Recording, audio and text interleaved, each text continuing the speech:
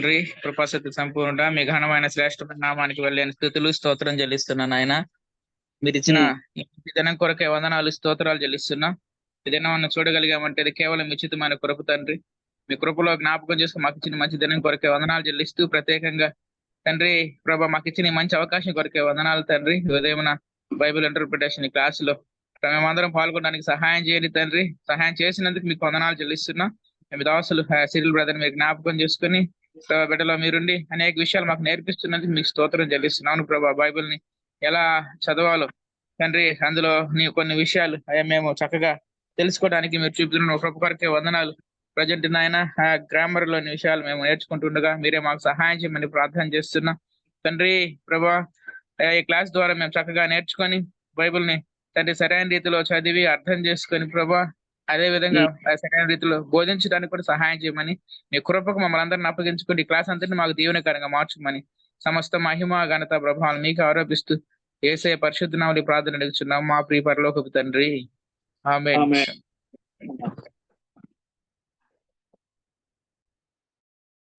All right. Good morning, brothers. Thank you for joining the class.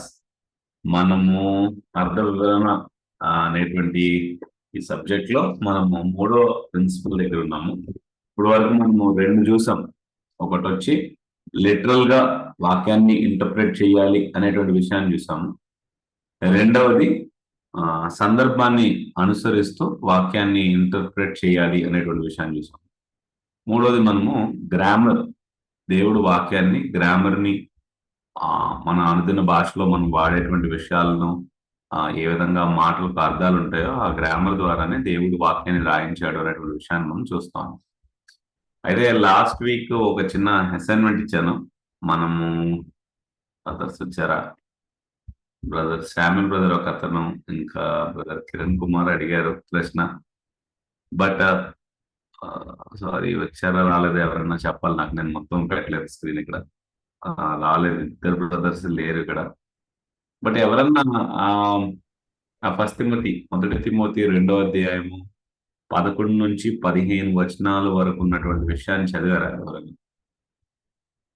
అది ఏమి అయి ఉంటుంది దాని అర్థం అనేటువంటి విషయాన్ని?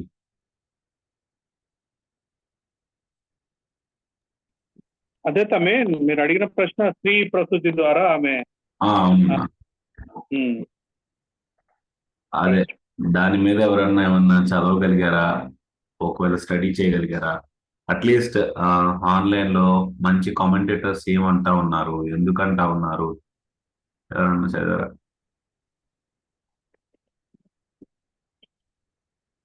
బ్రదర్ చక్రబాబు బ్రదర్ ఏమన్నా?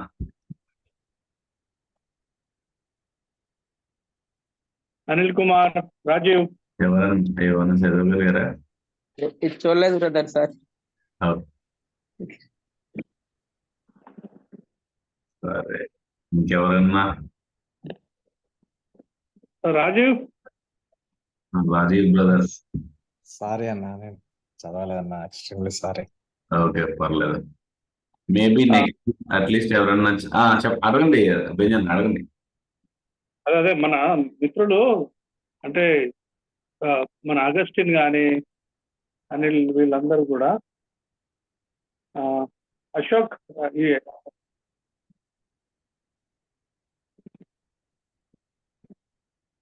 ఏమైనా ఐడియా ఉందా తమ్మి? మాట్లాడండి, మనం నేర్చుకోవచ్చు. మళ్ళీ దాటేసుడు ఎందుకు, ఇప్పుడే సిరిలనతోని దాన్ని చెప్పిద్దాం. అసలు తెలియదా? తెలియకపోతే మనం తెలియదు అంటాము, కష్టపడలేదు, మరి ఏదో ఒకటి చేద్దాం. అది చూసాను కానీ అంత అర్థం కాలేదు. కొంచెం అంటే అక్కడ మాట్లాడేదానికి ఆ వర్స్ కి అసలు పూర్తిగా కనెక్షన్ లేనట్లుగా అనిపిస్తుంది. కంప్లీట్ అర్థం చేసుకోవడం చాలా కష్టంగా ఉంది.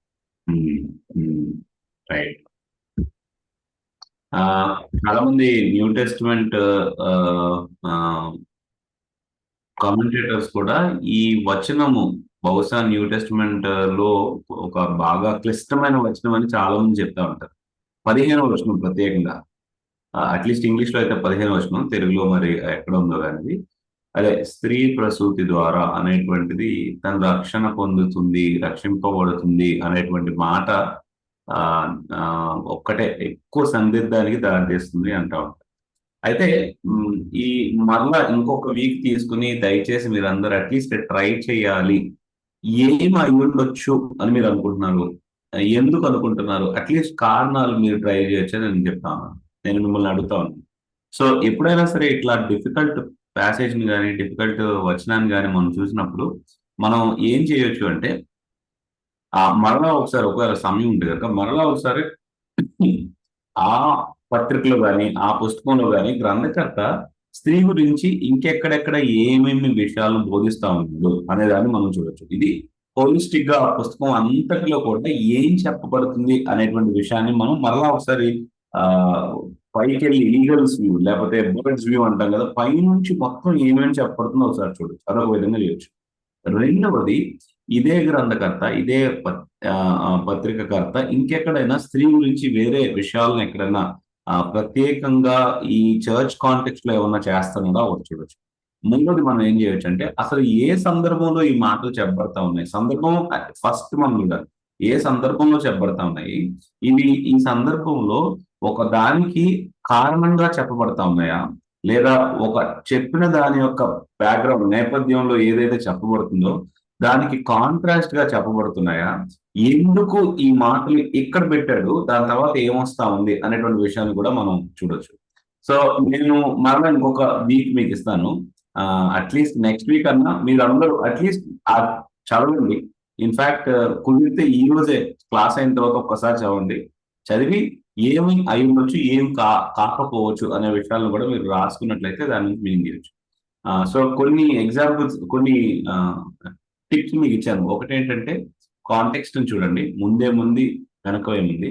రెండోది కాంటెక్స్ట్ లో అది ఈ పోల్స్తూ చెప్పబడుతుందా, లేకపోతే కాంట్రాస్ట్ గా చెప్పబడుతుందా, వ్యతిరేకిస్తూ చెప్పబడతా ఉందా, లేకపోతే ఇది ఒక కారణంగా ఎక్స్ప్లెయిన్ చేయబడతా ఉన్నదా అనేది చూడండి. మూడోది, ఇదే పత్రికలో ఇంకా ఎక్కడైనా స్త్రీ గురించి ఇదే పత్రికలో ముందు కానీ వెనక కానీ వేరే అధ్యాయాలు కానీ స్త్రీ గురించి అపోస్తలుడైన పౌలు సంఘానికి ఇంకా ఏమైనా సూచనలు ఇస్తా ఉన్నాడా, ఈ పత్రికకర్త ఇంకెక్కడైనా రాశాడా, ఈ విషయాలను చూసినప్పుడు మనకి మంచి ఫోకస్ లైట్ కరెక్ట్ గా ఆ వర్డ్ మీనింగ్ పైన పడుతుంది. బట్ అన్నిటికంటే అని నేను వీటన్నిటితో పాటు ఇంకొకటి ఏంటంటే అసలు ఈ మాట సేవ్ లేదా రక్షింపబడుతుంది అనే మాట గ్రీక్ లో ఏమై ఉంటుంది. అండ్ చూసినప్పుడు ఒకవేళ కుదిరినట్లయితే గ్రీక్ లో ప్రతిసారి ఇదే మాటకు ఇదే అర్థం ఉందా, లేదా సందర్భాన్ని బట్టి ఈ మాట యొక్క అర్థం కూడా మారుతుంది. నేను మీకు ఇంకో క్లూ ఇస్తాను. యాక్చువల్లీ ఈ మాట మనము న్యూ టెస్ట్మెంట్ లో చూసినట్లయితే రక్షణ పొందుతుంది. ఈ మాటకున్న అర్థాలు ఏంటంటే, ఒకటి ఆత్మీయ రక్షణ అంటే నూతనంగా జన్మించడము, ఇంకొకటి భవిష్యత్తులో రక్షింపబడేటువంటి విషయం అంటే మనం నిజంగా మన యొక్క సంపూర్ణంగా పరిపూర్ణత మహిమాకరమైనటువంటి రక్షణలోకి వెళ్తామనే మాట ఉంది. ఇంకోటి ఏంటంటే దీనికి ఉన్న ఇంకో అర్థం ఏంటంటే ప్రస్తుతం రక్షింపబడుతూ ఉన్నాం, రక్షణ పొందిన బిలీవర్స్ కూడా ఇంకా ప్రతిదినము పరిశుద్ధతలో ఎదుగుతున్నాము అని అర్థం ఉంది. కానీ ఇంకా ఉన్న అర్థాలు ఏంటంటే, ఒకటి హీలింగ్ అని కూడా అర్థం ఉంది దీనికి, రెండవది డెలివరెన్స్ అని కూడా అర్థం ఉంది, అంటే బయటికి తీసుకురాబడతాం, విడుదల చేయబడతాము, విమోచింపబడతాము అనేటువంటి అర్థాలు కూడా ఉన్నాయి. సో ఇన్ని అర్థాలు ఉన్నప్పుడు ఏ అర్థాన్ని ఇక్కడ వాడబడుతుంది అనేటువంటి విషయం కూడా మీకు క్లారిటీని ఇస్తుంది. So these are some tips. మీరు అట్లీస్ట్ మరలా నెక్స్ట్ వీక్ ఒక్కసారి దీన్ని చూసి అట్లీస్ట్ అటు ఇటు మీ మనస్సాక్షి మళ్ళా గిల్టీ ఫీల్ అవ్వకుండా ఉండటానికి కోసమైనా సరే అటు ఇటు తిప్పి రండి. నెక్స్ట్ వీక్ మళ్ళీ డిస్కస్ చేద్దాం. అలాగే ఈరోజు మనము గ్రామర్ లోనే ఇంకొక విషయాన్ని మనం చూద్దాం. దీన్ని లాస్ట్ టైం చూసాము, but I don't want to హరీ. మళ్ళీ ఒకసారి చూసి ముందుకు వెళ్దాం. మనము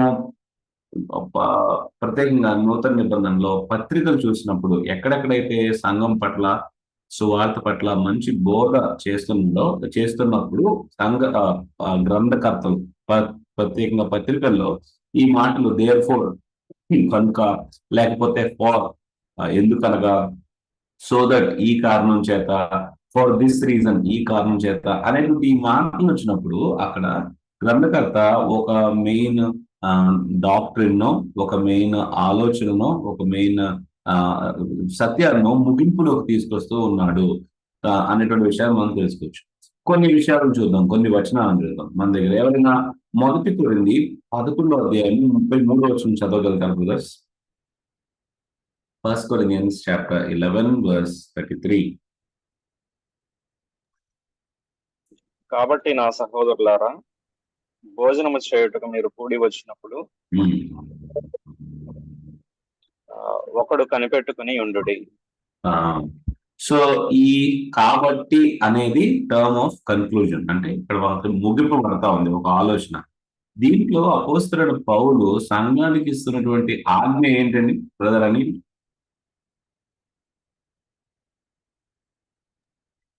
అది కూడి వచ్చినప్పుడు ఒకరికొకరు కనిపెట్టుకుని ఉండుండి చెప్పి ఆజ్ఞ.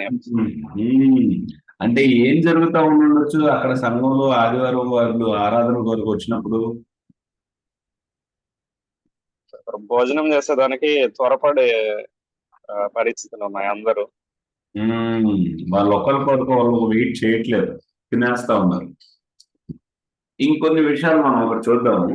అసలు అక్కడ ఉన్నటువంటి నిజంగా ప్రభు బలలో ఆ మాటలు ప్రభు బలలో చేయవేసేటప్పుడు చెప్తున్న మాటల యొక్క అర్థాన్ని మనం చూడొచ్చు. 1 కొరింథీ 11వ అధ్యాయము అదే అధ్యాయంలో కొన్ని విషయాలను మనం చూద్దాం. సో మనం ఇక్కడ 27వ వచనం చదువుతారు బ్రదర్ ఎవరు? కాబట్టి ఎవడు అయోగ్యముగా ప్రభు యొక్క రొట్టెని తిరునో లేక ఆయన పాత్రలోనిది త్రాగునో వాడు ప్రభు యొక్క శరీరమును గూర్చియు రక్తమును గూర్చియు అపరాధి యగును. ఎక్కడ ఎవరు అపరాధి అవుతారంట బ్రదర్ చక్రీబాబు బ్రదర్? సరే బ్రదర్, ఎవరు అపరాధం చేసినట్టు అవుతారు?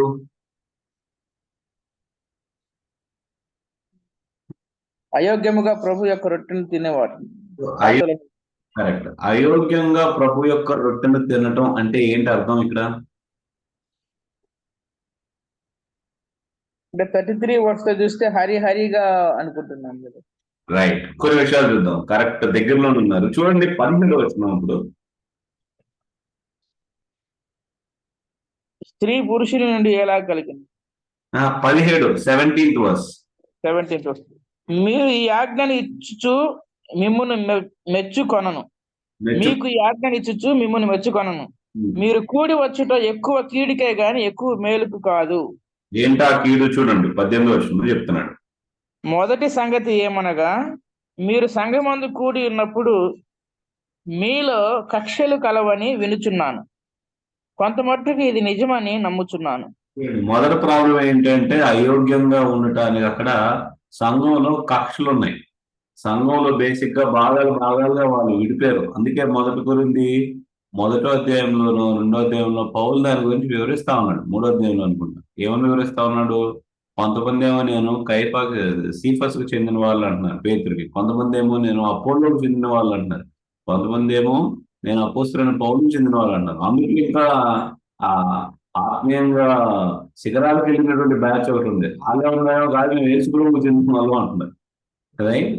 సో బేసిక్ ఏంటంటే సంఘంలో ఉన్నటువంటి అంగాలన్నీ కూడా ఇలా విభాగాలుగా విభజింపబడి డివిజన్స్ లోపల అక్కడ ఉన్నాయి అంటున్నాడు. మొదట అయోగ్యమైనటువంటి పని వాళ్ళు ఏం చేస్తున్నారంటే యూనిటీ లేదు, ఏకత్వం లేదు, విడిపోతూ ఉన్నారు. రైట్. అదొక కనపడతా ఉంది. ఇంకొకటి చూడండి ఇంకేమైనా ఉన్నాయో 21 20 వచ్చు. సారీ. మీరందరూ కూడి వచ్చుచుండగా మీరు ప్రభు రాత్రి భోజనము చేయుట అసాధ్యము కాదు. సరే. 19 మీలో యోగ్యులైన వారెవరో కనబడినట్లు మీలో భిన్నాభిప్రాయములు ఉండక తప్పదు. దాని తర్వాత మీరందరూ కూడి వచ్చుచుండగా మీరు ప్రభు రాత్రి భోజనము చేయుట సాధ్యము కాదు. ఎందుకు 21 చెప్తున్నాడు? ఏలయనగా మీరు ఆ భోజనము చేయనప్పుడు ఒకని కంటే ఒకడు ముందుగా తన మట్టుకు తాను భోజనము చేయుచున్నాడు. ఇందువలన ఒకడు ఆకలిగొనును మరి ఒకడు మత్తుడవును. ఉమ్, ఇదేమి అన్నపానములు పుచ్చుకొనుటకు మీకు లిండి లేవా? ఉమ్, దేవుని సంఘమును తిరస్కరించి ఉమ్, పేదలను సిగ్గుపరచుదురా? ఉమ్. మీతో ఏమి చెప్పుదును? దీనిని గూర్చి మిమ్మును మెచ్చను. సో ఇంకొక అయోగ్యమైనటువంటి పని చేస్తున్నారు. ఒకటేమో సంఘంలో డివిజన్స్ ఉన్నాయి. తెలుగులో మరి ఏమనుందో డివిజన్స్ ఉన్నాయి కదా. తెలుగులో ఏమన్నా మాట బ్రదర్, చక్రబాబు బ్రదర్, ఎవరన్నా చెప్పండి. భిన్నాభిప్రాయాలను భిన్నాభిప్రాయాలు ఉన్నాయి, రైట్. మీరు 94 మీరు భిన్నంగా అయిపోతా ఉన్నారు, ఏకత్వం లేదు అక్కడ. రెండోది ఏంటి అంటే, ఇది అసలు దేవుని దగ్గరకు వస్తున్నప్పుడు యేసు ప్రభు వారి యొక్క ప్రభువు వలన, లేకపోతే మీ ఇంట్లో తినే ఆహారం అనుకుంటున్నారా అంటామని. మూడోది ఏంటి అంటే వాళ్ళ పట్ల పరిశుద్ధమైనటువంటి ఆలోచన కూడా లేదు. మూడోది ఏంటి అంటే, దేవుని యొక్క సంఘాన్ని వాళ్ళు తక్కువ చూపు చూస్తున్నారు. ఇంగ్లీష్ లో అయితే despise the church of God and humiliate. తెలుగులో ఉంది, 2 మాటలు వాడారు. 22 21 అనుకుంటుంటది. ఏలయనగా మీరు ఆ భోజనము చేయనప్పుడు ఒకని కంటే ఒకడు ముందుగా తన మట్టుకు తాను భోజనము చేయుచున్నాడు. ఇందువలన ఒకడు ఆకలిగొనును, మరి ఒకడు మత్తుడవును. ఇదేమి అన్నపానములు పుచ్చుకొనుటకు మీకు ఇండ్లు లేవా? దేవుని సంఘమును తిరస్కరించి పేదలను సిగ్గుపరచుదురా? ఏ విధంగా వీళ్ళు అయోగ్యంగా పాత్రలో చేయవేస్తున్నారంటే, తిరస్కరిస్తున్నారు దేవుని సంఘాన్ని. ఏ విధంగా తిరస్కరిస్తున్నారు? పేదలను సిగ్గుపరుస్తూ ఉన్నారు. అంటే ఈ సంఘంలో ధనికులు ఉన్నారు, పేదవాళ్ళు ఉన్నారు. ఈ సంఘంలో డివిజన్స్ రావడానికి ఇంకొక కారణం ఏంటి? ఒకటేమో అపోస్తలుడైన పౌలుకు చెందినవాడు, ఇంకోటి పేతులకు చెందినవాడు అనేటువంటి ఒక తత్వం ఉంటే, ఇంకో తత్వం ఏంటంటే గొప్ప వాళ్ళందరూ ఒక గుంపు అయ్యారు, పేదవాళ్ళందరూ ఒక గుంపు అయ్యారు.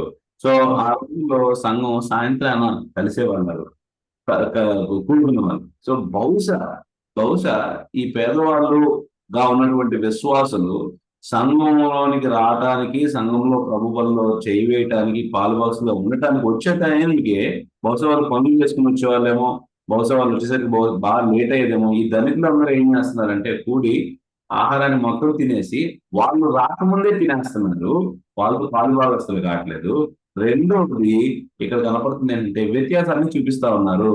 దేవుని సంఘాన్ని విభజిస్తూ పేదవారిని వాళ్ళు తక్కువ చూపు చూస్తూ ఉన్నారు. ఇప్పుడు మనం 33 వచనం చూద్దాం బ్రదర్.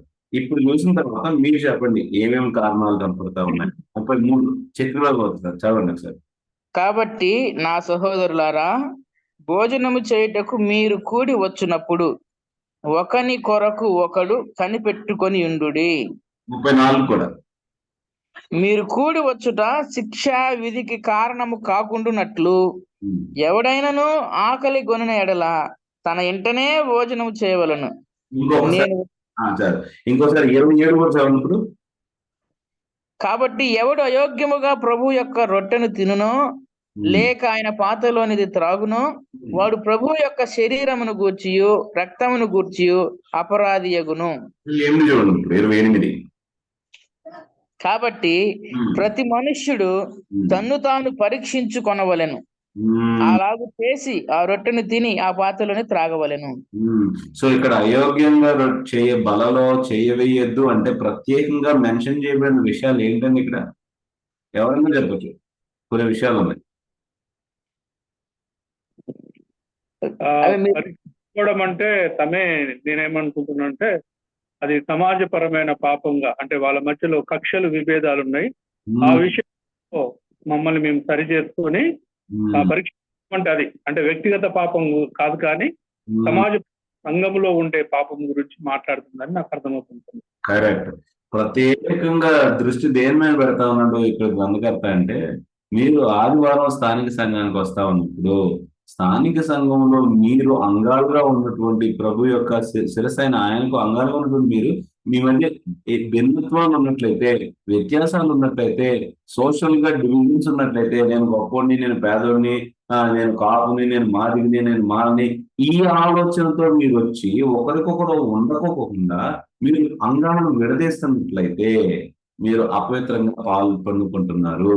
పేదవారిని మీరు తక్కువ చూపు చూసినట్లయితే, ఇక్కడ పేదవారు కాంటెక్స్ట్, మన సంఘంలో ఇంకోటి కాంటెక్స్ట్ కావచ్చు. కాకపోతే బేసిక్ ఏంటంటే దేవుడు ఏర్పరిచినటువంటి ఈ శరీరాన్ని మీరు చిన్న విభిన్నంగా విభజిస్తున్నట్లయితే అయోగ్యంగా మీరు బల్లలో పాత్ర వేసింది. అయితే అంటే ఇప్పుడు మనం వేరే పాపాన్ని జ్ఞాపకం చేసుకున్న ప్రభావం నన్ను క్షమించు, నేను అయోగ్యంగా బ్రతుకుతున్నాను అని చెప్పకూడదని కాదండి. ప్రత్యేకంగా ఇక్కడ బాగా క్లియర్ గా చెప్తున్నటువంటి విషయం ఏంటంటే ఇది అయోగ్యంగా పాత్రలో చేయవేయటం అనేది. చాలా సంఘాలు మొత్తం అసలు భయంకరమైనటువంటి పాపాలు అక్కడ ఉంటాయి. కానీ వారు మాత్రం ప్రతి ఒక్కరు వ్యక్తిగత పాపాల గురించే ఆలోచిస్తూ ఉంటారు. లేకపోతే వాళ్ళ కుటుంబంలో జరిగినటువంటి విషయాల గురించి ఆలోచిస్తాం. లేకపోతే వారికి ఇంకొకరితో ఉన్నటువంటి బహుశా పాపం ఏమన్నా ఉందని వాటి గురించి ఆలోచించవచ్చు. కానీ ప్రత్యేకంగా ఇక్కడ ఏం మాట్లాడుతూ ఉన్నాడు, స్పెసిఫిక్ గా ఏం మాట్లాడుతూ ఉన్నాడు, ఇంకా మనం ఒక మాట చెప్పాలంటే అసలు మరి ముఖ్యంగా ఈ బల్లలో అపవిత్రంగా కాదు అయోగ్యంగా పాత్రలో చేయవేయద్దు అనేది మాట్లాడినప్పుడు స్థానిక సంఘంలో ఉన్నటువంటి డివిజన్స్ ని బట్టి, స్థానిక సంఘంలో ఒకరి పట్ల ఒకరికి ప్రేమ లేకపోకుండా, ఒకరి పట్ల ఒక ఆదరణ లేకోకుండా, ఏకత్వం లేకోకుండా ఉన్నట్లయితే అది అయోగ్యంగా పాత్రలు చేయవేసినట్టు. ఇదంతా కనుక మనం ఈ మాట 33లో చూసినట్లయితే so then my brothers, so then అన్నప్పుడు కన్క్లూజన్ తీసుకొస్తాం. ఈ విషయాలన్నిటిని కూడా చెప్పి ఇదిగో కాబట్టి మీరు ఒకరినొకరు కలుసుకోవడానికి ఆదివారం వస్తున్నప్పుడు, తినడానికి వస్తా ఉన్నప్పుడు ఈ విధంగా ఉండండి అని.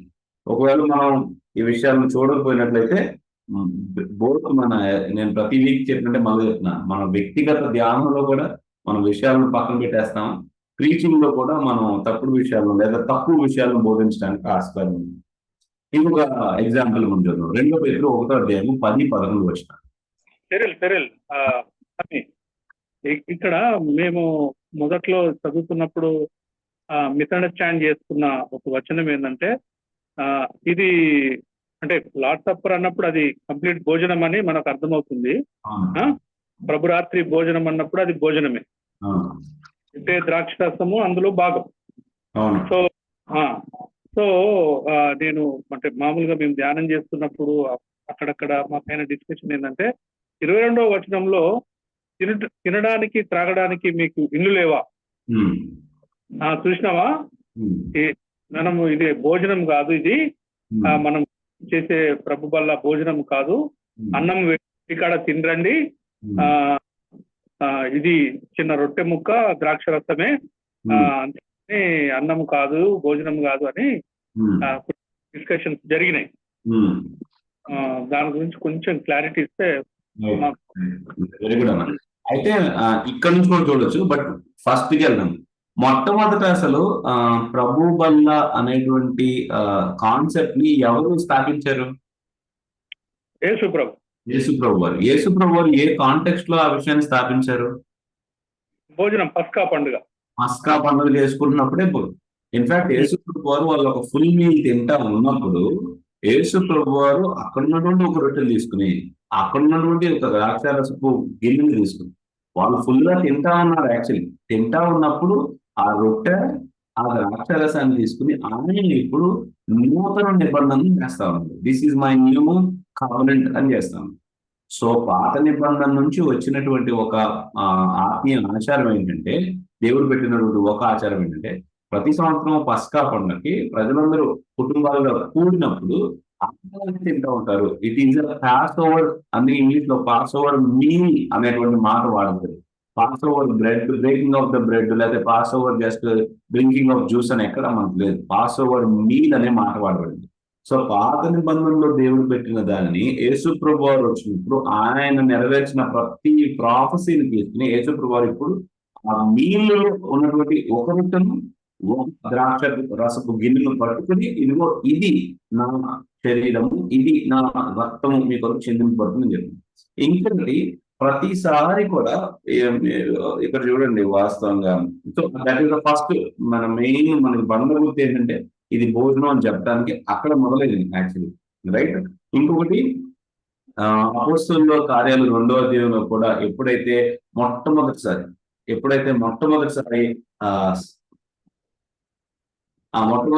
సంఘంగా వారు కూడుకున్నారో అక్కడ ఇవ్వబడిన మాట కూడా ఏంటంటే వారు ఆనందముతో రొట్టె విరుచుచూ ఉన్నారు. బేసిక్ గా రొట్టె విరుచటము అనేటువంటి ఆలోచన ఆహారానికి మాత్రమే సంబంధించింది. మనం ఎలాగైతే రైస్ తింటామో వాళ్ళ కల్చర్ లో, జూయిష్ కల్చర్ లో రొట్టె is the most common food. రొట్టెతో పాటు రొట్టె ఇస్ పార్ట్ ఉంది. కొంతమంది ప్రతి భోజనంలో కూడా చపాతీ ఉంది, కొంతమంది పొందరు. కానీ ప్రతి ఒక్కరికి రైస్ అనేది మనకు కామన్, వాళ్ళకి రొట్టె అనేది కామన్.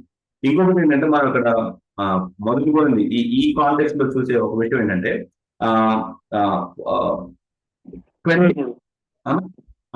20th verse. ఈ 20th వర్స్ లో కూడా ఇక్కడ రాయబడిన మాట ఏంటంటే లార్డ్స్ సఫర్. తెలుగులో కూడా అదే మీనింగ్ అని నేను అనుకుంటున్నాను.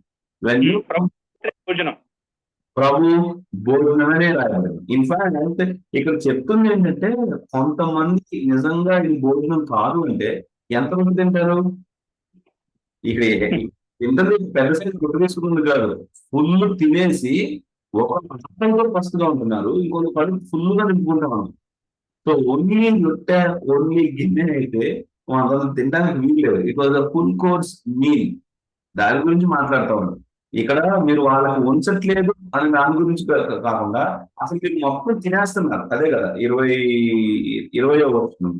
ఆమె మీరు చదవండి ఒకసారి. 20, 21, 22 ఉంది ఇంగ్లీష్ లో, మరి 20 నుంచి చదవండి. తినటానికి త్రాగటానికి మీకు ఇల్లు లేవా? దాన్ని తిరస్కరించి పేదలు పరుస్తారా? ఏమి చెప్పాలి? దీన్ని గూర్చి మిమ్మల్ని మెచ్చుదునా? మెచ్చను. అన్న 21లో ఉంది చూడండి అన్న. 21 ఉంది. ఎందుకంటే ఒకరికొకడు తన మట్టుకు తాను ముందుగా భోజనం చేస్తున్నాడు, ఇందువల్ల ఆకలి ఉంటున్నాడు, మరొకడు మత్తుడవుతున్నాడు. మత్తులవుతున్నారండి, ఎంత తాగాడు ఆలోచించు. ఆకలిగా ఉంటున్నాడంటే అసలు అక్కడ ఏమి లేకపోకుండా మొత్తం తినేస్తారు. అందుకే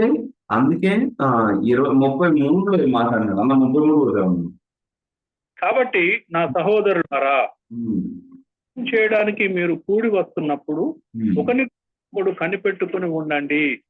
దాని తర్వాత మీరు కూడి రావడం శిక్షా కారణం కాకుండేలా ఎవడైనా ఆకలి కొంటే తన ఇంటి భోజనం చేయాలి. నేను వచ్చిన సంగతులను క్రమపరుస్తాను. ఒకవేళ ఆకలేసి మీరు తినేస్తున్నట్లయితే కారణం యాక్చువల్లీ, కానీ అవసరం పోయి చెప్తున్నది. కారణం ఏంటి? సోషల్ డివిజన్ ఉంది. ధనికులు పేదవాళ్ళతో తినడానికి ఇష్టపడట్లేదు. అదొక సోషల్ స్టిగ్మా, అదొక సమాజపరమైనటువంటి కలుపు ఆ రోజుల్లో. ఒకవేళ ఇది సత్యమైతే మీరు అయోగ్యంగా పనులలో చేయవేస్తుంది. లేదు నిజంగా ఆకలి ఉందనుకో, తినేసి రండి, మళ్ళీ తినొచ్చు. That is the point. కానీ ఇది మాత్రం ప్రభు వల్ల అనేటువంటి భోజనము పస్కా భోజనపు సమయంలో స్థాపించబడింది. ఆది సంఘంలో ప్రతిసారి ప్రభు వల్ల అన్నప్పుడు వారు ఒక భోజనం గురించి ఆలోచిస్తా ఉన్నారు. రొట్టె ద్రాక్ష రసం అనేవి ఆ జూయిష్ కల్చర్ లో వారి యొక్క కామన్ స్టేబుల్ ఫుడ్ అని చెప్పొచ్చు. 4వది ఇక్కడ రాసిన ప్రతిసారి కూడా భోజనం గురించి రాస్తా ఉన్నారు. 5వది ఏంటంటే వాళ్ళు ఏదో రొట్టెలో ఒక పెద్ద సైజు ముక్క తీసుకోవట్లేదు, వాళ్ళు మత్తులైపోతున్నారు, వాళ్ళు కడుపు నిండా తినేస్తున్నారు. వేరే వంటలు వచ్చేసరికి వస్తులు ఉంటున్నారు. ఒకవేళ నిజంగా మీకు అప్పు వేసే ప్రాబ్లం ఉందంటే తినేసండి ఇంట్లో. ఇక్కడ వచ్చినప్పుడు మాత్రము అందరం కూడా ఒకే మీల్. ఇన్ఫాక్ట్ మీల్ అనే మాట, ఫెలోషిప్ అనే మాట, పోయినే మీల్ అనేటువంటి మాట జూయిష్ కల్చర్ లో ఆలోచన ఏంటి అంటే మనం ఒక కుటుంబానికి చెందిన వాళ్ళం అని చెప్పడానికి ఒక ఆలోచన. నువ్వు నా ఫ్రెండ్, నువ్వు నా ఫ్యామిలీ మెంబర్ అని చెప్పడానికి ఆలోచన. అండ్ ఈ ఫెలోషిప్ మీల్ వచ్చిన ప్రతిసారి కూడా అది ఫుల్ కోర్స్ మీల్ గానే ఉంది. ఎక్కడ కూడా అది జస్ట్ బ్రెడ్ ని లేకపోతే ద్రాక్ష రసాన్ని తాగినట్టు మాత్రమే లేదు. So all these are evidences. ఇంకొక చిన్న ప్రశ్న సిరియల్, ఎందుకంటే ఇది చాలా ప్రాముఖ్యమైన టాపిక్, అర్థం చేసుకోవడానికి చాలా ప్రాముఖ్యమైనది. అయితే ఇది చాలా మటుకు దుఃఖ వాతావరణంలో చేస్తూ ఉంటాం ఉండే ప్రాక్టీస్. అయితే మరి ఇది పండుగలాగా తీసుకోవాలన్నా, పస్కా పండుగ అయితే ఏ విధంగా? అవును, అదే అన్న. ఇక్కడ దుఃఖ వాతావరణంలో ఏడో ఒక రాసిచ్చేటట్టు ఆయన సమాధి లేచి గెలిచినా మనం మాత్రం మళ్ళా సమాధి చేస్తాను. మన పాటలు మ్యూజిక్ ఎట్లా ఉంటుంది, మన మొహాలు ఎట్లా ఉంటాయి. వాస్తవంగా ఇది రోమన్ క్యాథలిక్ చర్చ్ లో ఉండేటువంటి ఒక టైప్ ఆఫ్ ఫీలింగ్ అన్నమాట. చూడండి ఇక్కడ 20 అన్న చూడండి 23 వచనంలో ఇప్పుడు అపోస్తలుడైన పౌలు పాస్ ఈ ప్రభు వల్ల ఎందుకు చేసుకోవాలని కారణం ఇస్తా ఉంది. 23లో చదువుతారన్న. 23 నేను ప్రభు వలన పొంది మీకు అప్పగించేది ఏమంటే, ప్రభు అయిన యేసు తన అప్పగింపబడిన రాత్రి ఒక రొట్టెను ఎత్తుకొని కృతజ్ఞతాస్తుతులు చెల్లించి దాన్ని విరిచి, ఇది మీ కొరకైన నా శరీరం, నన్ను జ్ఞాపకం చేసుకోవడానికై దీన్ని చేయండి అని చెప్పాడు. ఆ ప్రకారమే భోజనమైన తర్వాత ఆయన పాత్ర ఎత్తుకుని, ఆ పాత్ర నా రక్తం వలనైన కొత్త నిబంధన, మీరు దీన్ని త్రాగునప్పుడల్లా నన్ను జ్ఞాపకం చేసుకోవడానికై దీన్ని చేయండి అని చెప్పాడు. మీరు తిని ఈ పాత్రలోని త్రాగునప్పుడల్లా ప్రభు వచ్చేటకు ఆయన మరణాన్ని ప్రచురిస్తారు. కాబట్టి అయోగ్యంగా ప్రభు రొట్టెను తింటాడో లేక ఆయన పాత్రలోని త్రాగుతాడో వాడు ప్రభు శరీరాన్ని గూర్చి రక్తాన్ని గూర్చి అపరాధి. కాబట్టి మనిషి తన్ను తాను పరీక్షించుకోవాలి. అలా చేసి ఆ రొట్టెను తిని ఆ పాత్రలోని త్రాగాలి. సో మనం ఇక్కడ చూస్తున్న కాంటెక్స్ట్ ఏంటి అంటే, అసలు ప్రభు వల్ల ఏ విధంగా స్థాపించబడింది, ప్రభు వల్ల స్థాపించబడటానికి మనము ఆ ప్రభు వల్ల యొక్క పాలుభాగస్తులుగా ఉండటానికి ప్రధాన కారణం ఎంతో పుత్రులని పౌలు చెప్తాడు. ఏం చెప్తా ఉన్నాడంటే, ఇది యేసు ప్రభు వారు అప్పగింపబడిన రాత్రి ఎస్టాబ్లిష్ చేసినటువంటి ఆర్డినెన్స్. ఎందుకు చేశారు ఈ ప్రభు వల్ల అంటే, ఆయనను జ్ఞాపకం చేసుకోవటం కొరకు. ఏమని జ్ఞాపకం చేసుకోవాలి? పాపం ఆయన ఓడించిందని జ్ఞాపకం చేసుకోవాలా, మరణం ఆయన్ని జయించిందని జ్ఞాపకం చేసుకోవాలా, లేదా ఆయన మన పాపం నిమిత్తమై మన మరణ శిక్ష ఆయన పైన తీసుకుని మరణించి మృత్యుంజయుడే లేచాడని మనం జ్ఞాపకం చేసుకోవాలా? ఒకవేళ యేసు ప్రభు మరణించుకోకుండా అలాగే సమాధిలో ఉన్నట్లయితే జ్ఞాపకం చేసుకోవాల్సిన అవసరం లేదు. వాస్తవంగా జ్ఞాపకం చేసుకోవడానికి కారణం ఏంటంటే, ఆయన ప్రత్యేకంగా దేని జ్ఞాపకం చేసుకున్నాడు? ఆయన మనం యేసు ప్రభుని ఎప్పుడు జ్ఞాపకం చేసుకున్నా మృత్యుంజయుడైన యేసు ప్రభు నుంచి ఆయన మరణాన్ని చూడగలుగుతాం. మరణం నుంచి ఆయన పునరుద్ధానాన్ని చూశారు అపోస్తలులు. మనం మాత్రం ఎప్పుడు కూడా ఆయన యొక్క పునరుద్ధానం నుంచి ఆయన మరణాన్ని చూస్తాం. అంటే పాపం వల్ల వచ్చినటువంటి నిత్య నరకపు శిక్ష పైన మృత్యుంజయుడై మన పక్షాన, మన బదులుగా, సబ్స్టిట్యూషనరీ అంటాం కదా ఇంగ్లీష్ లో, మన స్థానంలో మన బదులుగా మృత్యుంజయుడై లేచినటువంటి ఈ యొక్క దైవ కుమారుణ్ణి మనము ఈ రోజున ఆరాధించడానికి, లేదా ఆదివారం మనం కలిసినప్పుడు ఆరాధించడానికి వచ్చినప్పుడు సంతోషంతో, ఆనందంతో, ఒకటి మన పాపం పైన, మన యొక్క శాపం పైన మృత్యుంజయుడే ఆయన మనకు బదులుగా తిరిగి లేచాడు. ఇంకోటి ఏంటంటే, ఆయన రాబోతున్న కాలం వరకు, అందే ఉంది కదా ఇంగ్లీష్ లో, అంటిల్ ఐ కమ్, నేను వచ్చే వరకు కూడా మనం పాలుభాగస్తులు అవుతున్నటువంటి ఈ రొట్టె ద్రాక్షరసంలో మనం చేరివేస్తున్నప్పుడు ఆయన రాబోతున్నాడు అని జ్ఞాపకం చేస్తున్నాము. ఇన్ వన్ సెన్స్ గ్రీక్ లో మాటకు అర్థం ఏంటంటే, అయ్యా నువ్వు రా అని పిలుస్తున్నట్లు కూడా దీనికి అర్థం ఉంది. ఇన్ఫాక్ట్ చర్చ్ ఆదివారం ఆరాధన కార్యక్రమంలో అన్బిలీవర్స్ కి ఏదన్నా స్ట్రాంగ్ గాస్పెల్ మెసేజ్ ఏదన్నా ఉంది అంటే, అసలు ప్రభు వల్ల జరుగుతున్నప్పుడు బిలీవర్స్ యొక్క ఆనందం, బిలీవర్స్ ఎందుకు పాల్గొంటున్నారు అనేటువంటి ఆ ఎగ్జాల్టేషన్ స్ట్రాంగ్ మెసేజ్ గా మనం చెప్పొచ్చు. అఫ్ కోర్స్ వాక్యంలోంచి సువార్తని మనం ప్రకటిస్తాం, అదొకటి. బట్ ఇది కూడా సో ఎక్కడ కూడా బాధపడుతున్నట్టు, దుఃఖపడుతున్నట్టు లేదు. ఇది ఎక్కడి నుంచి వచ్చింది అంటే రోమన్ క్యాథలిక్ చర్చ్ నుంచి వచ్చింది. ఇది ఎక్కడి నుంచి వచ్చింది అంటే రోమన్ క్యాథలిక్ యొక్క ఆలోచన నుంచి వచ్చింది. వాళ్ళు అందుకే మాస్ని నిజంగానే అదొక ఫ్యూనరల్ సర్వీస్ లాగా చూస్తారు, rather than celebration. Pass over is a celebration. వాస్తవంగా పాత నిబంధనలు పాస్ ఓవర్ అయినప్పుడు ఏమైంది అంటే, దేవుడు వాళ్ళని విమోచించిన తర్వాత ఇచ్చినటువంటి ప్రోగ్రామ్ అది. మనం కూడా విమోచింపబడుతున్న రాత్రి యేసు ప్రభు వారు మనకి ఇచ్చిన ప్రోగ్రామ్. పాత నిబంధనలో ప్రతి సంవత్సరం చంపుతా ఉండాలి. మనము చనిపోయి మృత్యుంజయుడే లేచినటువంటి ప్రభువును ప్రతి సంవత్సరం మనం జ్ఞాపకం ప్రతిసారి కూడా మనం జ్ఞాపకం చేసుకుంటూ ఉంటాం. మన యొక్క ఆయన యొక్క పాస్ట్ టెన్స్ లో ఆయన చేసిన కార్యాన్ని జ్ఞాపకం చేసుకుంటూ, ప్రజెంట్ టెన్స్ లో మనకున్న సంతోషాన్ని బట్టి ఫ్యూచర్ టెన్స్ లో మనకున్న నిరీక్షణ జ్ఞాపకం చేసుకుంటూ, ఒకవైపు సువార్తను ప్రకటిస్తాము మన ఈ ఆచరణ ద్వారా, రెండవది మనం రాబోతున్నటువంటి యేసు క్రీస్తు వారి వరకు సిద్ధపడతాం. సో ఎక్కడ కూడా ఇది ఫ్యూనరల్ సర్వీస్ అనేటువంటి ఆలోచన అసలు లేదు. ఇన్ఫాక్ట్ అంతట్లో ఒక శిఖరం అని చెప్పొచ్చు, మనకి సంతోషపు శిఖరం అని చెప్పొచ్చు. మనం సెలబ్రేషన్ కి ఇది ఒక మెయిన్ పాయింట్ మనకి. ఇంకొక చిన్న ప్రశ్న. Thank you sir.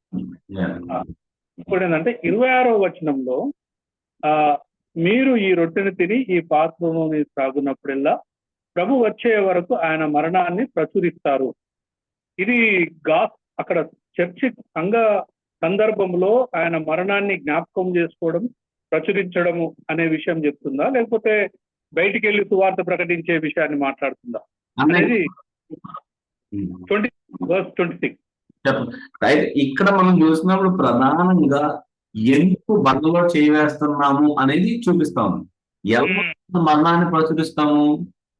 ఎప్పుడైతే ఆ రొట్టెలు తీసుకుని, ఎప్పుడైతే ఆ ద్రాక్షరసాన్ని తీసుకుని, ఎవరైతే ఆ రోజు అధ్యక్షులుగా ఉన్నారో, సంఘ కాపర్లు కావచ్చు, లేకపోతే సంఘంలో ఎవరైనా పురుషులు కావచ్చు, ఎప్పుడైతే ఆరాధనలో నడిపిస్తా ఉన్నారో మరలా ఒకసారి రిమైండ్ చేస్తా ఉన్నారు. ఈ రొట్టె సాదృశ్యంగా ఉంది. ఒక రోజున మన యేసు ప్రభు వారు చరిత్రలో నిజంగానే దేవుడైన ఆయన నరరూపిగా వచ్చి మన పక్షాన పరిశుద్ధమైన జీవితం జీవించి దేవుని యొక్క ప్రతి న్యాయ తీర్పు లేకపోతే ప్రతి బిబ్లికల్ స్టాండర్డ్ ని ఆయన ఫాలో అయ్యి మన కొరకు సిలువ పైన మరణించడానికి ఎన్నుకోబడిన ఎంపిక చేయబడిన ఏకైక దేవుని గొర్రెపిల్ల అన్నాడు. ఆయన మన కొరకు మరణించాడు అనేటువంటి దానికి సాదృశ్యంగా ఉంది. అదేవిధంగా పాత్రం. సో బేసిక్ గా అప్పుడు గాస్పెల్ ప్రొక్లెయిమ్ చేయగలుగుతాం. మనం ఊరికే విరిచేసి దాన్ని తినటం కాదు, లేకపోతే ఆ పాత్రలో మనం తాగటం కాదు, జ్ఞాపకం చేసుకుంటున్నాం. సంపూర్ణ సువార్తను మనం ఒకసారి జ్ఞాపకం చేసుకుంటున్నాం.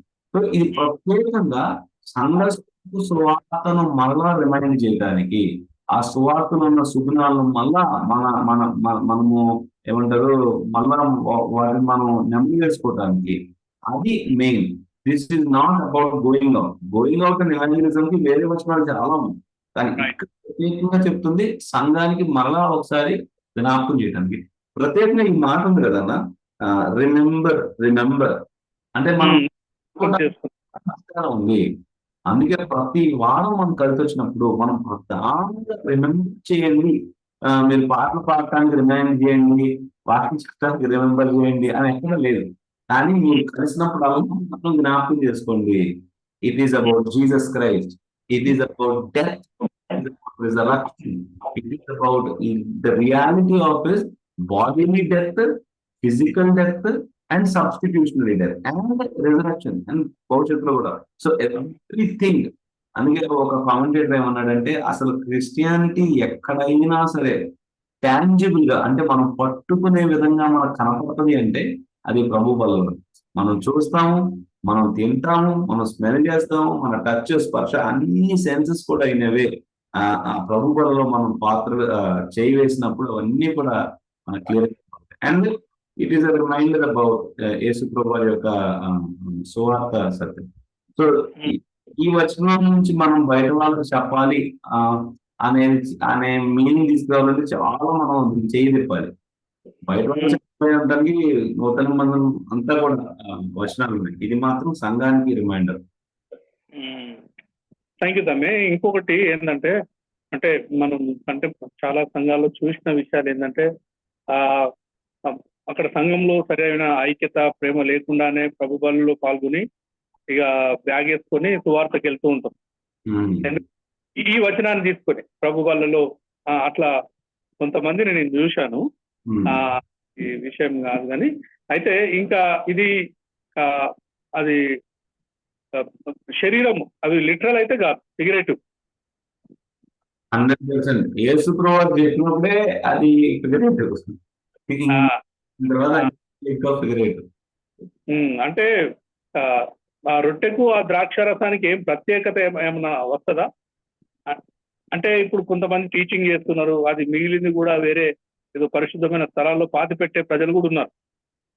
ఇది నిజంగా లిటరల్ గా ప్రభు శరీరం అని, ప్రభు రక్తం అని ఈ విధంగా చేయడము, లేకపోతే స్త్రీలు డేట్ టైంలో ఉన్నప్పుడు వాళ్ళు తీసుకోకూడదని, లేకపోతే భార్యాభర్తలు లైంగికంగా నైట్ ఉంటే తెల్లారి ప్రభు బల్ల ఉంటే తీసుకోకపోవడం, ఇలాంటి టీచింగ్స్ ఉన్నాయి. సో ఈ రొట్టె ద్రాక్ష రసానికి మరీ ఎక్కువగా అంటే అది లిటరల్ గా తీసుకొని ఇది ప్రభు శరీరం అని బోధిస్తున్నారు. దాని గురించి ఒకసారి కామెంట్ చేస్తే మంచిది. బ్రదర్ అశోక్, ఇది అయిపోయి ఈ అన్న అడిగినవి మాట్లాడేసిన తర్వాత మీరు అడగచ్చు. అశోక్ ఓకేనా? రైట్. ఆ యేసు నా ప్రభు ప్రశ్న కూడా అదే అన్న, సిమిలర్ గా ఉంది. నా ప్రశ్న కూడా అంతే. చెప్పండి. అదే ఇప్పుడు మీరు ప్రభు బల్ల అంటే దాన్ని ఎట్లా ఇప్పుడు మేము మధ్యలో పెట్టి దానికి బాగా ప్రియారిటీ ఇస్తున్నాం కదా. మన హెబ్రోన్ ఫెలోషిప్ లో అయితే దానికి బాగా అవును ఉన్నది. అవును దాన్ని ఎట్లా చూడాలి మరి? లిటరల్ గా ఇది ప్రభు శరీరమో, ఇది రక్తమో, దీన్ని జాగ్రత్త. చిన్నపిల్లలు వచ్చినా దాని దగ్గరికి రానివ్వరు. ఉమ్. ఆ దాన్ని చాలా ప్రేషియస్ గా చూస్తూ ఉంటాం. మరి దాన్ని ఎట్లా చూడాలి అనేది అడుగుతున్నాం. Correct, right brother. ప్రభు వలన యేసు ప్రభు వారు స్థాపించినప్పుడే ఈ ఈ ఈ న్యూ టెస్టిమెంట్ లో నూతన నిబంధన సంఘంలో నిబంధనగా చేయబడినటువంటి సంఘం అంటే రక్షణ పొందిన వాళ్ళు వచ్చినప్పుడు మాత్రం.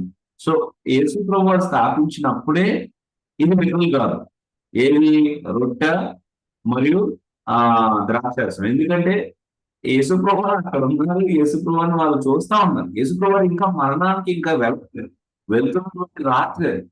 కానీ ఏం చెప్తా ఉన్నారు? పాత నిబంధనలో కూడా ఇది సాదృశ్యంగానే ఉంది.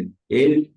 అక్కడ ఇవ్వబడినటువంటి విమోచన కార్యక్రమాన్ని సాదృశ్యంగా చూపించడానికి దేవుడు ఆయన అపారమైన జ్ఞానంలో ఎన్నుకున్నటువంటి ఒక పరికరం ఏంటంటే మీల్, పాస్ ఓవర్ మీల్. ఆ మీల్ ఏమేమి వారికి జ్ఞాపకం చేస్తుందని చెప్తున్నప్పుడు పాత నిబంధనలో కూడా వాళ్ళు చెప్పబడుతుంది ఏంటంటే మీరు ఏ విధంగా కష్టాల్లో ఉన్నారో, ఏ విధంగా శ్రమంలో ఉన్నప్పుడు నేను విమోచించానో చెప్పడానికి చేదైనటువంటి అక్కడ హర్బ్స్ అక్కడ ఉన్నాయి. రైట్? ఎందుకు మొత్తం కాలుస్తున్నారు? దేవుడికి దహన బలిగా ఇచ్చినట్టు. ఇంకోటి, ఎందుకు మీరు నుంచుని మీరు ఈ బెల్ట్ పెట్టుకుని స్టాఫ్ పట్టుకుని అందరు గమగవా తినాలి? ఎందుకంటే దేవుని యొక్క విమోచన అంత స్విఫ్ట్ గా ఉంటుంది, త్వరగా మిమ్మల్ని విమోచించాడు. సో పాత నిబంధనలో కూడా ఇవన్నీ సాదృశ్యాలుగా ఉన్నాయని దేవుడు చెప్తా ఉన్నాడు.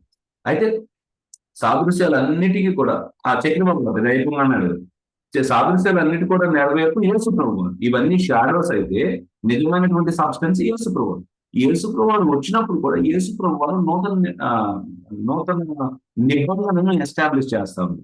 అప్పుడు యేసు ప్రభు రొట్టెను ద్రాక్షరసం తీసుకుని ఇది నా శరీరము, ఇది నా రక్తము అని చెప్తున్నప్పుడు ప్రత్యేకంగా దేని గురించి చెప్తున్నారంటే ఇక్కడ ఉంది మనకి 25వ వచనం, 1 కొరింథీ 11వ అధ్యాయము 25వ వచనం.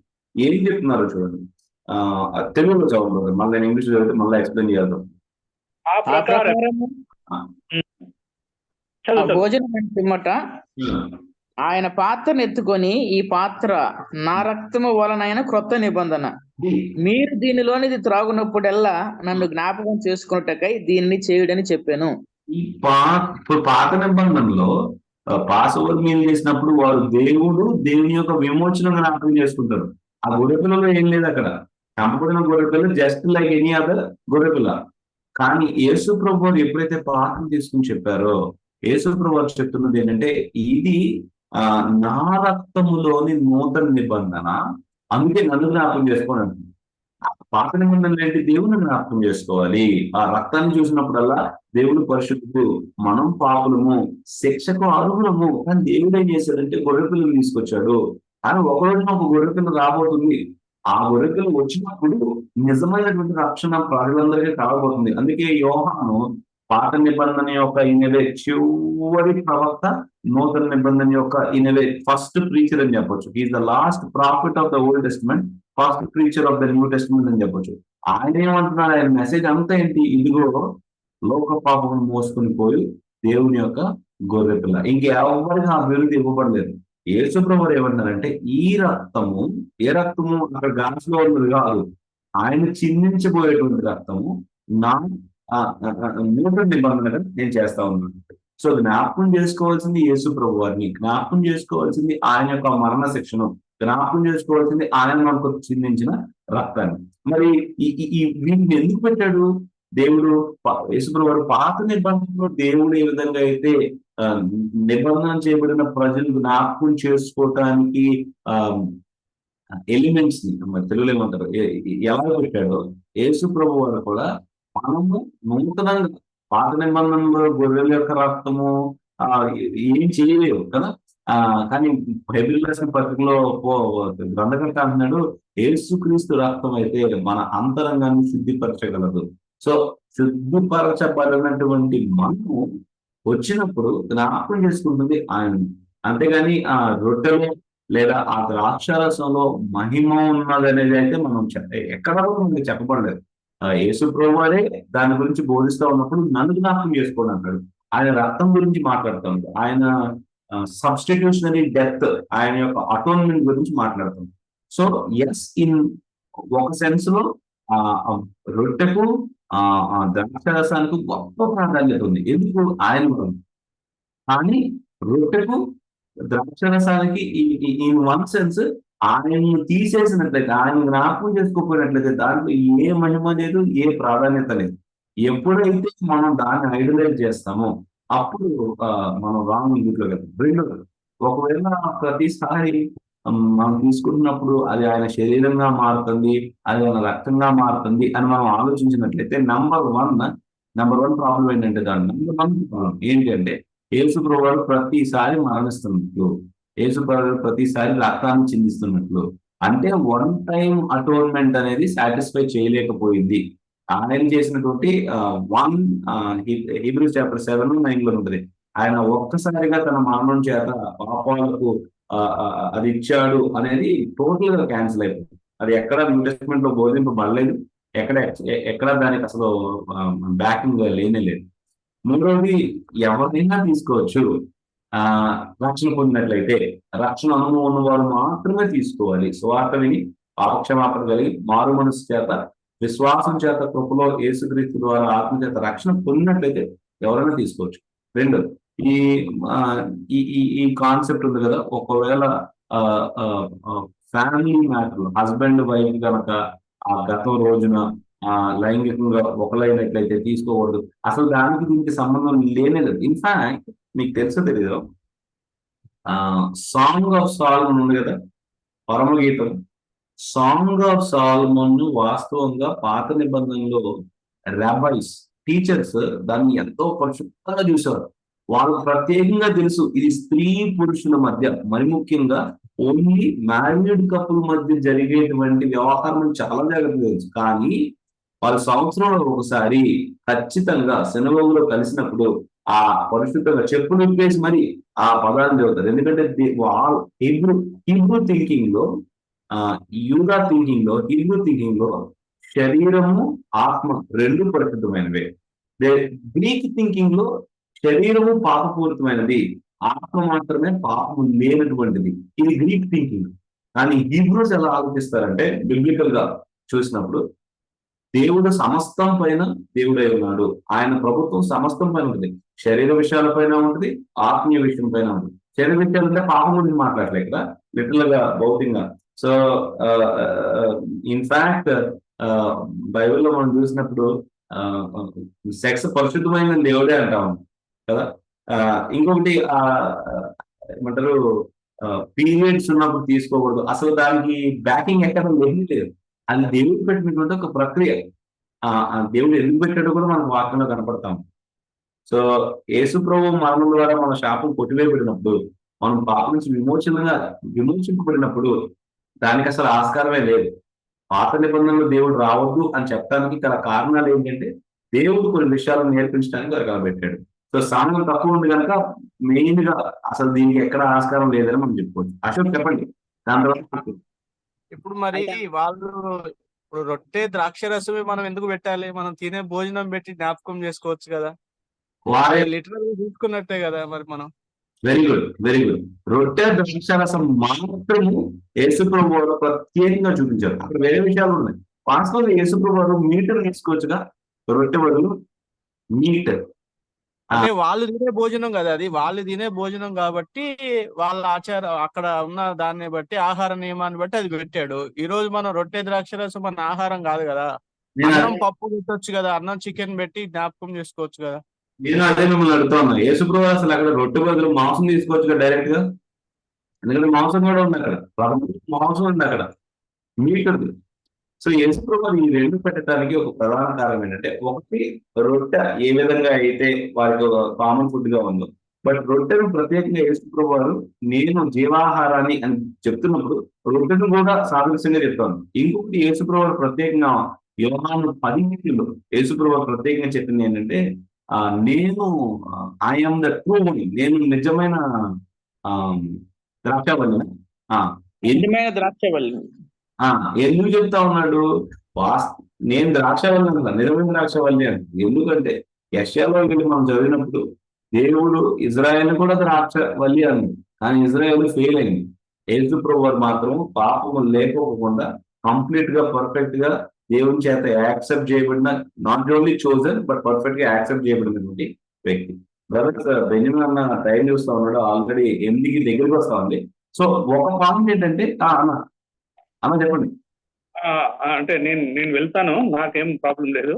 నేను అభియానానికి వెళ్తాను. ఇంకొక ప్రశ్న చివరిది చేసి వెళ్ళిపోతా. ఆన్సర్ చెప్తాను, చెప్పండి.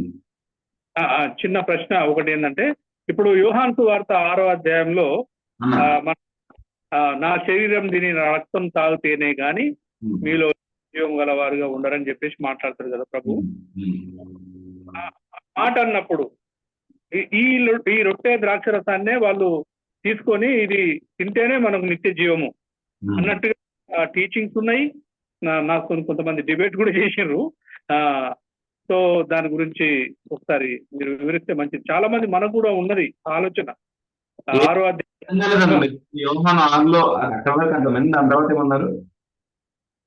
అంటే కొంతమంది అది నిజమైన ఆహారం, అది తింటేనే నిత్య జీవం మనకు, లేకపోతే లేదు. ఎందుకంటే యేసుప్రభు చెప్తారు కదా, నా శరీరం తిని నా రక్తం తాగితేనే మీలో జీవం గలవారు నిత్య జీవం అని చెప్పేసి మాట్లాడుతాడు. వచనం చూస్తాం మనము 6వ అధ్యాయము.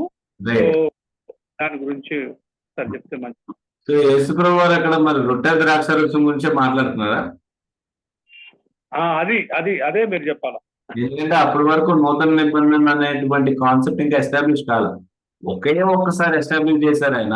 చేసిన ప్రతిసారి రిమెంబర్ చేసుకోమని ఎప్పుడంటే అప్పగింపబడిన రాత్రి మాత్రమే. అందుకే అపోస్తలుడైన పౌలు ప్రత్యేకంగా నేను ఏదైతే పొందుకున్నానో అని చెప్పినప్పుడు ప్రత్యేకంగా రెఫర్ చేస్తుంది 4 సువార్త గ్రంథకర్తలు రాసినటువంటి వన్ ఇన్సిడెంట్. యోహాను 6లో యేసుప్రభు ఇంకా అప్పగింపబడలేదు, దాని గురించి మాట్లాడలేదు. నెంబర్ 1. నెంబర్ 2, ఇన్ఫాక్ట్ వాళ్ళకి అర్థమైంది ఏంటంటే వాళ్ళు రొట్టె ద్రాక్షరసం గురించి ఆలోచించట్లా. అందుకే ఇంత కఠినమైన మాట బోధని ఎవరు అంగీకరించగలడం.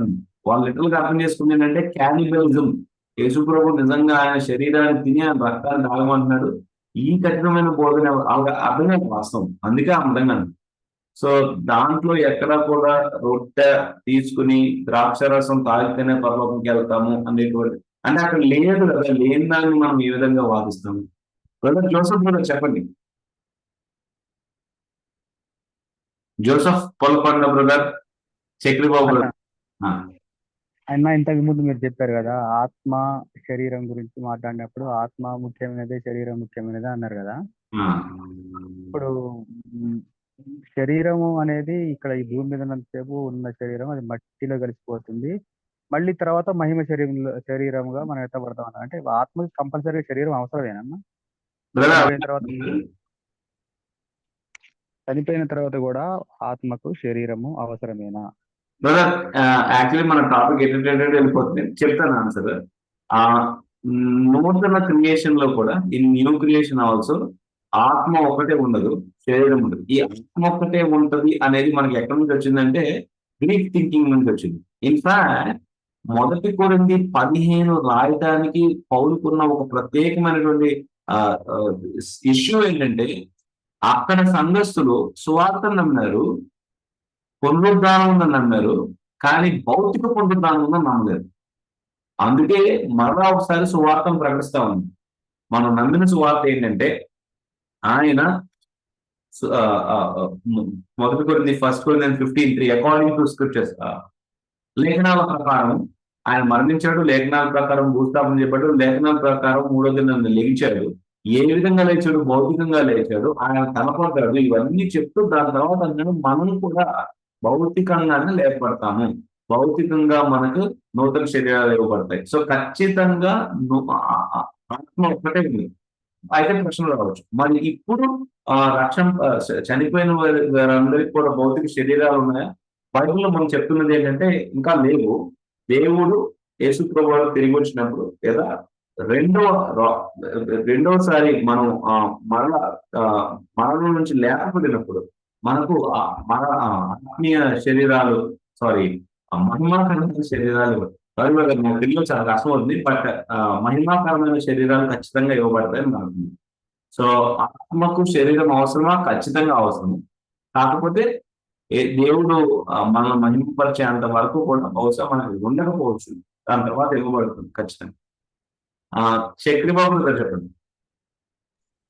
లేదు బ్రదర్, ఇది కొన్ని శాఖల వారు ఒకరు ఈ ప్రభు రాత్రి భోజనం అనేది రాత్రే దీన్ని చేయాలని ఒక రకం వాళ్ళు బోధిస్తారు.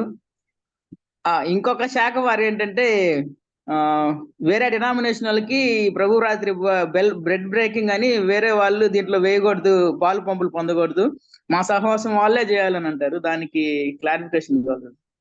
బ్రదర్ అంటే పౌలు తిరుగుతా ఉన్నాడు బ్రదర్. ఆ మాట ఎవరు పౌలుకి చెప్పలేదు. చెప్పుడుంటే ఆయన రాత్రి భోజనంలో పాల్గొనస్తులు కాకపోవచ్చు. ఎందుకంటే ఎఫ్ఎస్సి సంఘానికి వెళ్ళాడన్నా, అదేవిధంగా వేరే సంఘాలకు కూడా వెళ్ళాడు. వెళ్ళిన ప్రతి చోట కూడా ఆయన అంగీకరించబడ్డాడు. సహవాసం మన స్థానిక సంఘస్థులతో ఉండాల్సిన అవసరం ఉంది. కాకపోతే స్థానిక సంఘం ఒక్కటే సంఘం కాదు కదా, సార్వత్రిక సంఘం కూడా ఉంది. సార్వత్రిక సంఘంలో ఎవరైనా వచ్చి పాల్గొనస్తులు అయినప్పుడు ఖచ్చితంగా వారికి కూడా అవకాశం ఉంది కదా. ఎందుకంటే ఈ భోజనం ప్రభుది, ఆ సంఘాన్ని కాదు కదా. సంఘం ఏకంగా వచ్చి ప్రభువు పనులలో చేయవేస్తా ఉన్నాం. అలా అయితే మరి మనం ఈ బిబ్లికల్ మొదటి కొరింథీ కూడా మనం తీసుకోకూడదు. ఎందుకంటే కొరింథీకే రాశారు కదా, మరి మనం తీసుకుని పాటించకూడదు ఆ మాట చెప్పచ్చు.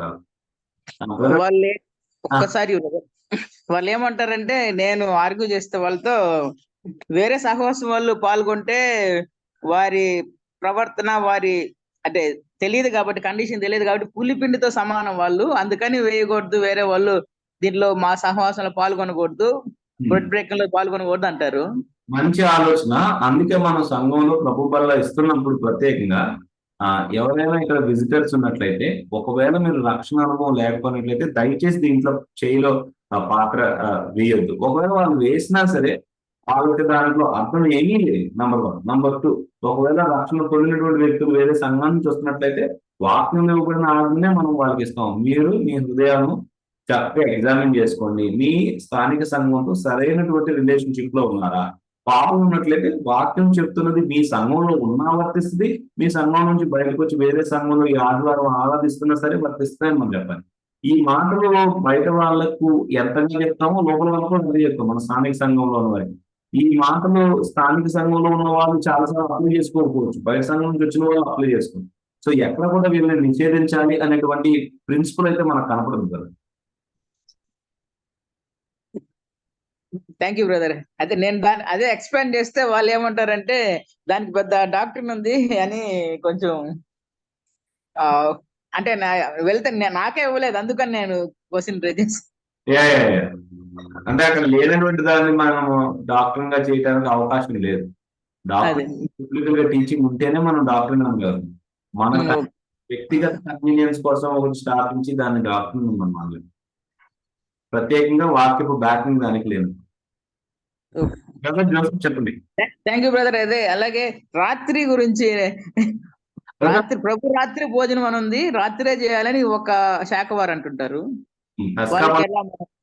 బ్రదర్ కానీ నూతన నిబంధనలో మనం చూసినప్పుడు చాలా సార్లు వ్రతులు ఇచ్చారు. మరి దాన్ని ఏమంటారో వాళ్ళు చెప్పాలి. మొదలయ్యేటప్పుడు పగలు ఎండ్ అవుతున్నప్పుడు, సాయంత్రం మొదలవుతున్నప్పుడు మొదలు పెట్టారు వాళ్ళు యాక్చువల్లీ. మరి కానీ నూతన నిబంధనలో రకరకాల టైమ్స్ లో కూడా బ్రెడ్ బ్రేక్ చేశారు. సో నూతన నిబంధనే రాంగ్ లో ఉన్నా అని కూడా మనం అడగవచ్చు.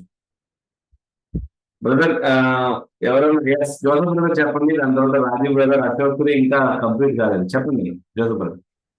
అన్న, ఇది మనం ఇక్కడ మరణించిన వారందరం కూడా రెండవ రాకడలో ఎత్తబడతాం అని చెప్పి అన్నారు కదన్న.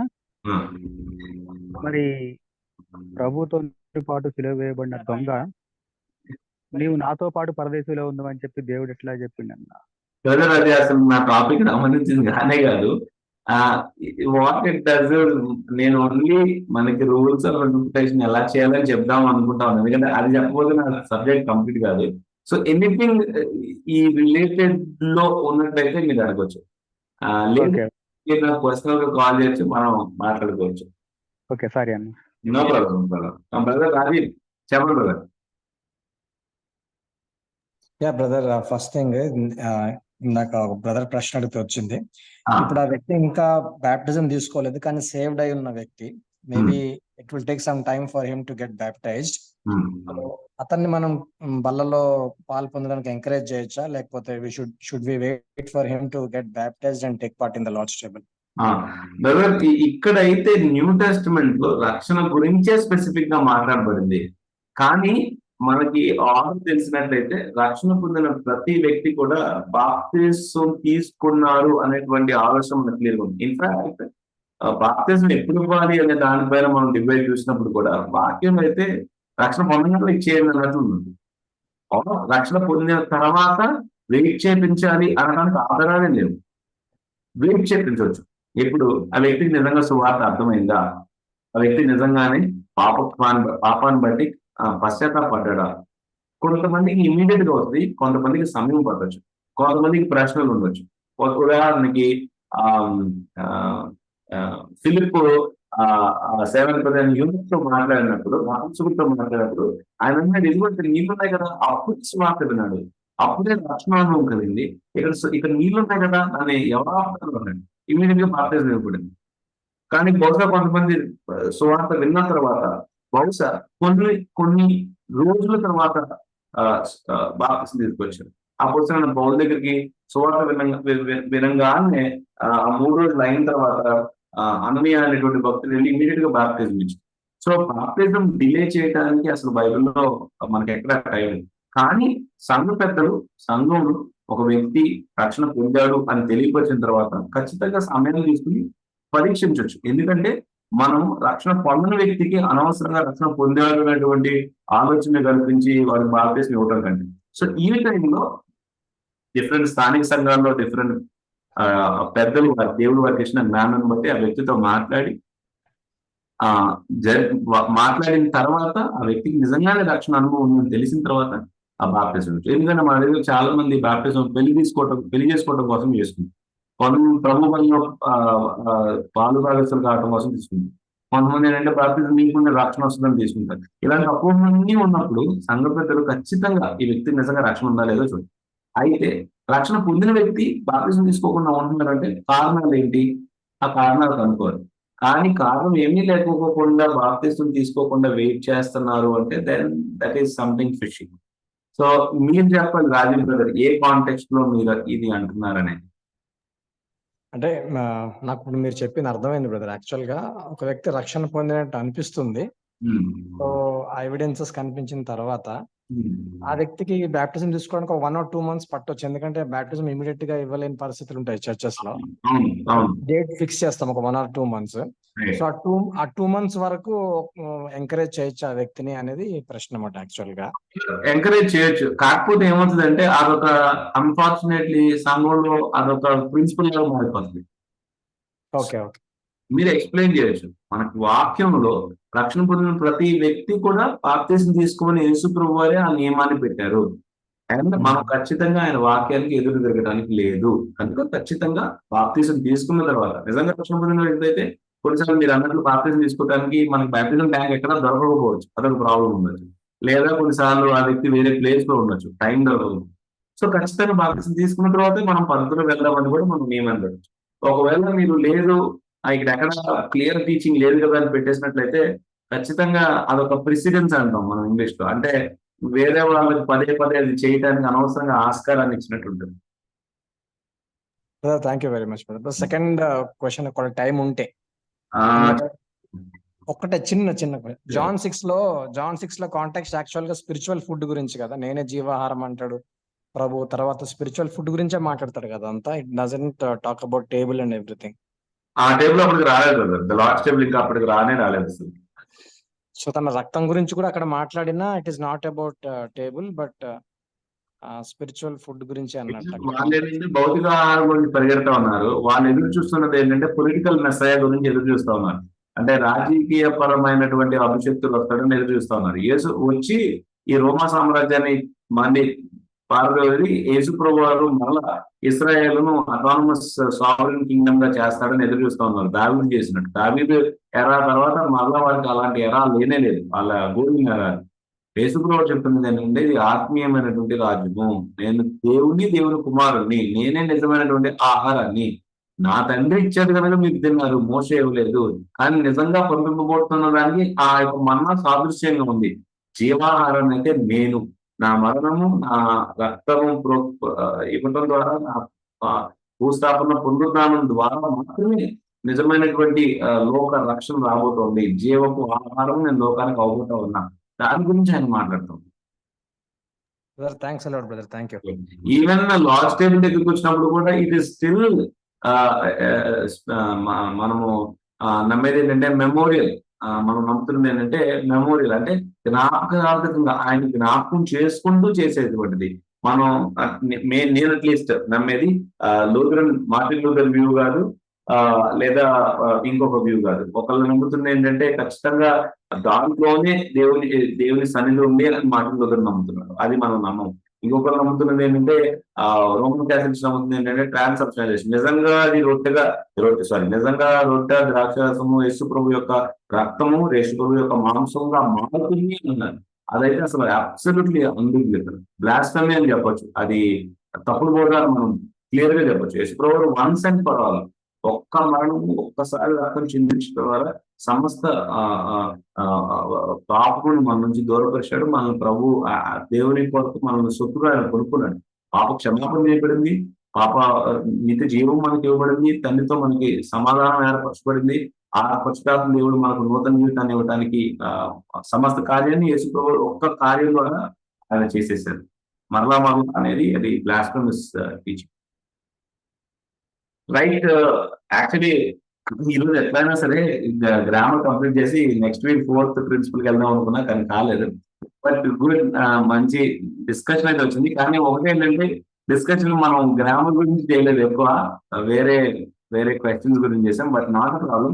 నెక్స్ట్ వీక్ బ్రదర్స్ మీరు నేను లాస్ట్ వీక్ ఇచ్చిన అసైన్మెంట్ నేను మళ్ళా ఇస్తా ఉన్నాను. శామ్యుల్ బ్రదర్ రాలేదు, కిరణ్ బ్రదర్ రాలేదు. ఒకవేళ కుదిరినట్లయితే ఏమై ఉండొచ్చు 1 తిమోతి 2వ అధ్యాయము 11 నుంచి 15, ప్రత్యేకంగా 15th verse లో ఉన్నటువంటి స్త్రీ ప్రసూతి ద్వారా దాని గురించి ఏమై ఉండొచ్చు ఆలోచించరండి. మీరు ఆలోచించినట్లయితే డిస్కషన్ చేయొచ్చు. Alright, thank you very much brothers. Maybe Benjamin అన్న ఉన్నట్లయితే యూ కెన్ టేక్ ఓవర్, లేదంటే ఎవరన్నా ప్రేయర్ చేసినట్లయితే మనం ముగించుకోవచ్చు.